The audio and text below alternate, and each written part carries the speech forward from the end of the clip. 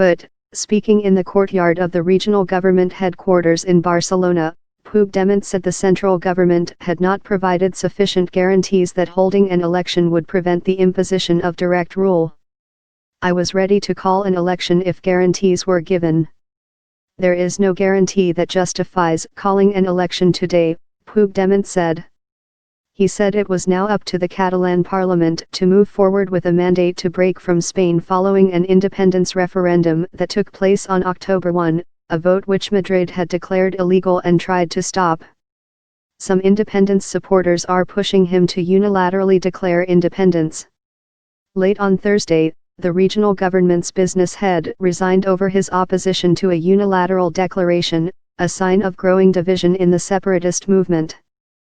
But this could spark confrontation on the streets as some independence supporters have promised to mount a campaign of civil disobedience. Spanish Deputy Prime Minister Soraya Sánchez de Santamaría, speaking in a Senate committee, said, "The independence leaders have shown their true face, they have promised a dream but are performing tricks." The aim of Article 155, the constitutional trigger for direct rule, was to permit any election to take place in a normal and neutral situation, she said. The Spanish government has said it would call such a vote within 6 months of taking over Catalonia. The political crisis, the gravest since Spain's return to democracy 4 decades ago, has divided Catalonia itself and caused deep resentment in other parts of the country. It has also prompted a flight of business from the wealthy region and worried other European leaders who see it as fanning separatist sentiment elsewhere on the continent. It was not clear whether Prime Minister Mariano Rajoy would immediately enforce direct rule or simply seek the Senate's authorization to do so without making it effective on the ground. Exactly how the central government would enforce it in practical terms, and how Catalan civil service and regional police would react, is also uncertain.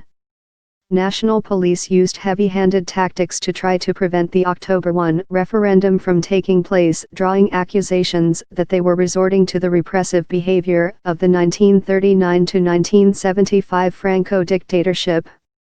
However, in a fast-moving battle of wills that has seen both sides stake out hard positions and try to keep each other guessing, it was not impossible that a sudden breakthrough could be made in the next 24 hours.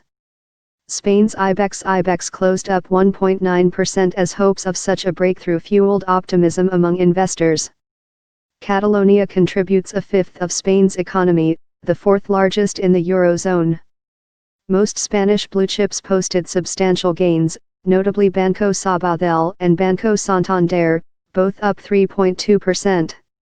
Cracks in pro-independence camp. According to Spanish media, Puigdemont is ready to call an election if the government drops Article 155, releases 2 senior secessionist leaders who are in jail and removes national police from Catalonia. Even if the Senate voted for direct rule on Friday, Puigdemont would not be stripped of his powers until Saturday when the law is published in Spain's official state gazette. Ander Gil Garcia, a spokesman for the socialist group in the Senate, said, "We are in the last hours of the penultimate day in which we can avoid what nobody wants." A regional election could either strengthen Puigdemont's mandate if pro-independence parties won or allow him a graceful exit if they did not. The Catalan government's business head, Santi Vila, who has opposed a unilateral declaration of independence, said on Thursday he had resigned and said his attempts at dialogue had failed. Earlier on Thursday, when it was thought Puigdemont would announce an election, he was denounced by some angry independence supporters as a traitor. Several hundred gathered outside the regional government headquarters in protest. Some pro-secession lawmakers and mayors announced they would step down. Albert Ribas, a 37-year-old hotel director listening to a radio in Barcelona's Sant Jaume Square, said it had been a hard day. "We have lost our dignity. But I suppose we had to show the outside world that we're still making the effort to talk to the Spanish government. But again we see we have hit a wall."